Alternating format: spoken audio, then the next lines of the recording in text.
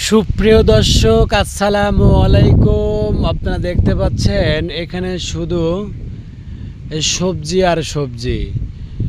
এই এই মাঠে শুধু সবজির আবাদ হয়। আপনাদেরকে যদি দেখাই,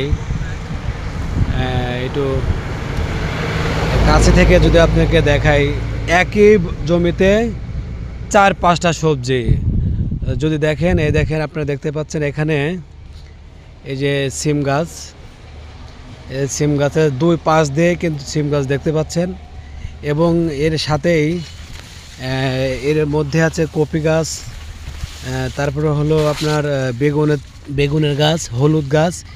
মানে এরা মানে একই জমিতে বেশ কয় ধরনের আপনার ফসল আবাদ করে। এ ধরনের ফসল আবাদ করে আপনি অনেকে লাভবান হচ্ছে। আপনারা দেখতে পাচ্ছেন এই যে দেখতে পাচ্ছেন এখানে কপি, শুধু এই কপির সাথেই এই পাশ দিয়ে আবার মনে করেন সিমের গাছ লাগানো। অসংখ্য অসংখ্য অসংখ্য সিমের গাছে সিম ধরেছে, এবং এর সাথে দেখতে পাচ্ছেন এদের মরিচ গাছ আছে, মরিচ গাছ এবং বেগুন গাছ। এদের বেগুন, প্রচুর বেগুন ধরছে এবং মরিচে প্রচুর ধরছে। আপনাদেরকে দেখানোর চেষ্টা করলাম আজকে।